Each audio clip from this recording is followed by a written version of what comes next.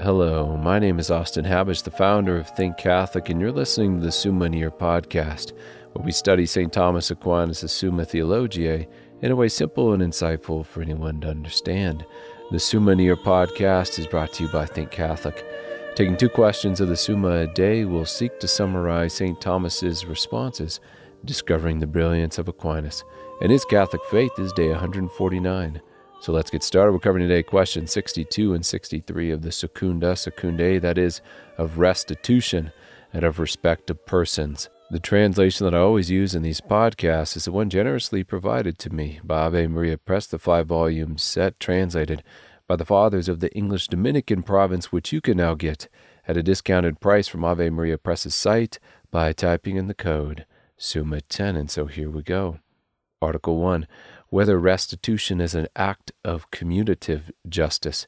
Restitution pertains to the right or equality to be given back to someone, and since it is an act of restoring, it keys in what Aquinas will sometimes call arithmetical justice. That is the strict mathematical kind of justice equality to be found in scenarios of commutative justice, as opposed to distributive justice, which judges right according to proportion, or as one ought to receive more due to their dignity, office, etc.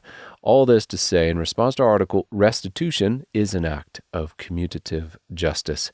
Article 2, whether restitution of what has been taken away is necessary for salvation. In the words of St. Augustine, unless a man restore what he has stolen, his sin is not forgiven. To hold on to what belongs to another, what was stolen, obstinately, is indicative of unrepentance, which bars a man from forgiveness, as our Lord said, "Those 18 upon whom the tower of Siloam fell and killed them, do you think that they were worse offenders than all the others who dwelt in Jerusalem?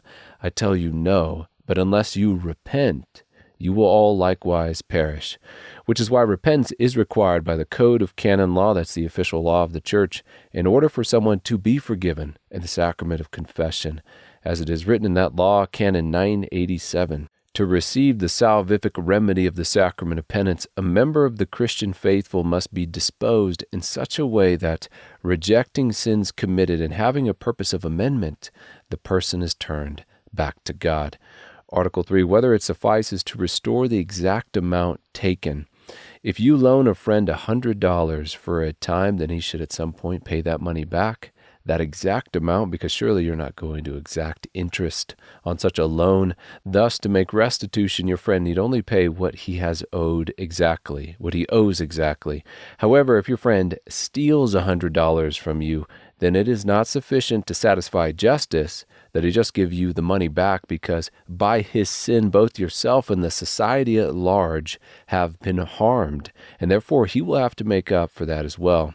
St. Thomas says, as regards the sin, the remedy is applied by punishment, the infliction of which belongs to the judge.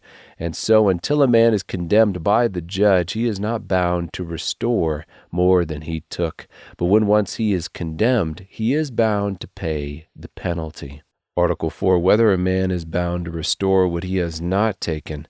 To make this question more concrete, it would be like if your neighbor plants wheat in his field, and then you go tear up the seed. Not only have you now caused your neighbor to lose the wheat seed, but you have also taken away the profit he was expecting to receive from the harvest. Our present article is asking if, in this scenario, commutative justice requires you to repay the man just for the seed or also for the lost harvest as well. Aquinas teaches in this article that one would owe something between the two. Because the impending harvest wasn't guaranteed to the farmer, it may have later been destroyed by a flood. Yet on the other hand, just repaying the farmer for seed doesn't take into account the hoped-for harvest at all. In St. Thomas's words, a loss of this kind need not be made good in equivalent, because to have a thing virtually is less than to have it actually, and to be on the way to obtain a thing is to have it merely virtually or potentially. And so were he to be indemnified by receiving the thing actually, he would be paid not the exact value taken from him, but more, and this is not necessary for salvation. However, he is bound to make some compensation according to the condition of persons and things. Article 5, whether restitution must always be made to the person from whom a thing has been taken. The answer to this question is in the affirmative, as we probably could have guessed. But what if the man you owe something to dies? How are you to make restitution to him? How are you going to give back to him? Aquinas responds, if the person to whom restitution is due be dead, restitution should be made to his heir, who is looked upon as one with him. If he be very far away, what is due to him should be sent to him, especially if it be of great value, and can easily be sent. Else it should be deposited in a safe place to be kept for him, and the owner should be advised of the fact. Article 6, whether he that has taken a thing is always bound to restitution. If you could tell, these later articles are concerned with giving an adequate account of exceptional cases, such as if the one to whom restitution is due dies. That was our last article. Here the question is, in differing scenarios, like stealing $100 from a man versus borrowing $100 from a man versus a man asking you to watch his $100 in your vault, how does justice demand restitution in these cases? If one steals, they must not only repay, but also make restitution for the breach of justice, which must be amended by a penalty being dealt out to the thief. If one borrows money and loses it, they need to find that money elsewhere and repay the loaner, and also be grateful for the favor of the loaner in lending. To begin with, if one secures money on a neighbor's request in a vault, and it is lost, but through no fault of the keeper, like an asteroid hitting the vault, then they are not bound to repay, because such is the risk of holding money anywhere, and the neighbor is not culpable in this instance for the loss, unless, of course, the vault owner made some kind of supplemental guarantee on the money which they were holding. This would be a different scenario, since this would be adding an additional contract or promise. Article 7, whether restitution is binding on those who have not taken. Even if one is not the individual who actually stole the money, if they were related to the theft either by commission or omission, they may be at fault and therefore need to make restitution for the assistance in the theft which they have given. This is going to include those who through command, counsel, consent, flattery, by receiving, by participation, by silence, by not preventing, or by not denouncing, have some role to play in the evil which was done. And if one would like to go line by line deeper into each one of those items off the list, I would refer the listener to the text.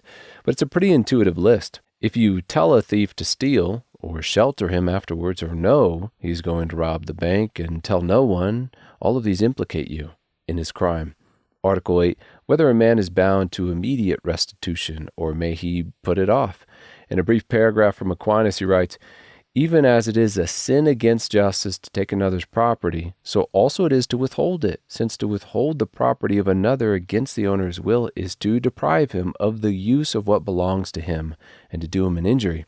Now it is clear that it is wrong to remain in sin, even for a short time, and one is bound to renounce one's sin at once. Consequently, one is bound to immediate restitution, if possible, or to ask for a respite from the person who is empowered to grant the use of the thing. And now on to question 63 of the respect of persons, Article 1, whether respect of persons is a sin. It is written in the book of Deuteronomy, neither shall you respect any man's person. Respect of persons is contrary to distributive justice. Distributive justice renders goods to individuals unequally, but not arbitrarily or without proper warrant. Greater goods can be given to certain individuals based on need, dignity, office, and the like, but if the government were simply to send a check to the cousin of the president, for no other reason besides this person is the president's cousin, then this would be an instance of respect of persons, bestowing goods unequally, but without proper warrant. St. Thomas says here, any circumstance that does not amount to a reason why this man be worthy of this gift is to be referred to his person. For instance, if a man promotes someone to a prelacy or a professorship because he is rich or because he is a relative of his, it is respect of persons.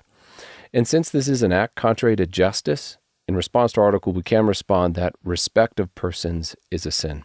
Article 2, whether respect of persons takes place in the dispensation of spiritual goods, such as if a bishop ordained his friend to the priesthood simply because they were friends. This would constitute respect of persons. It would be sinful.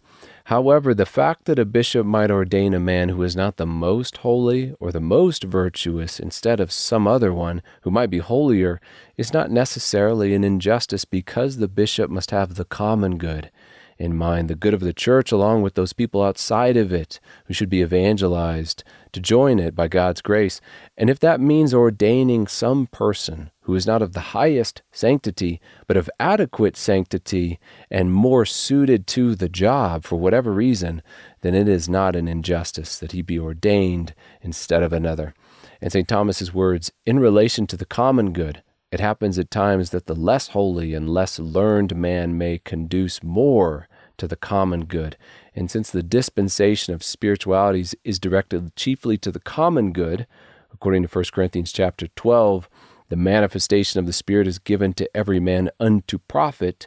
It follows that in the dispensation of spiritualities, the simply speaking less good are sometimes preferred to the better, without respect of persons, just as God sometimes bestows gratuitous graces on the less worthy. Article 3, whether respect of persons takes place in showing honor and respect. If a man be honored simply because he is wealthy, St. Thomas calls this a sin, because sins are acts which are contrary to reason, and money does not of itself merit honor on the man who possesses it.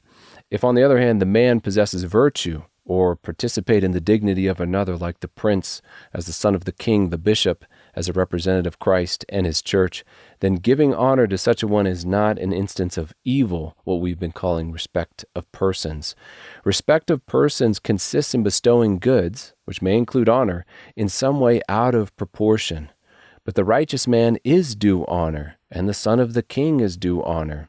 In summary from St. Thomas, a fool may be honored if he stand in God's place or represent the whole community, and in the same way parents and masters should be honored on account of their having a share of the dignity of God, who is the Father and Lord of all.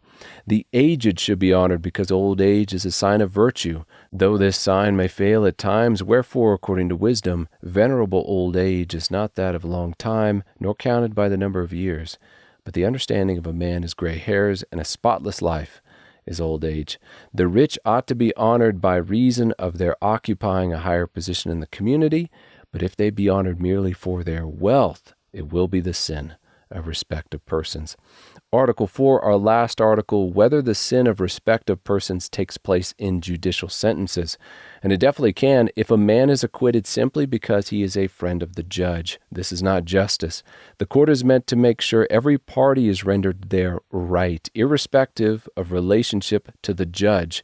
And thus, if judgment be rendered, not based on the case, but on familiarity with the judge, a sin of respect of persons will have taken place. As it is written in Proverbs chapter 18, it is not good to be partial to the wicked or to deprive the righteous of justice. And with that, we close another episode. We have just finished covering questions 62, 63 of the Secunda Secundae, that is, of restitution and of respect of persons. My name is Austin Habish with Think Catholic, and I cannot wait to see you tomorrow.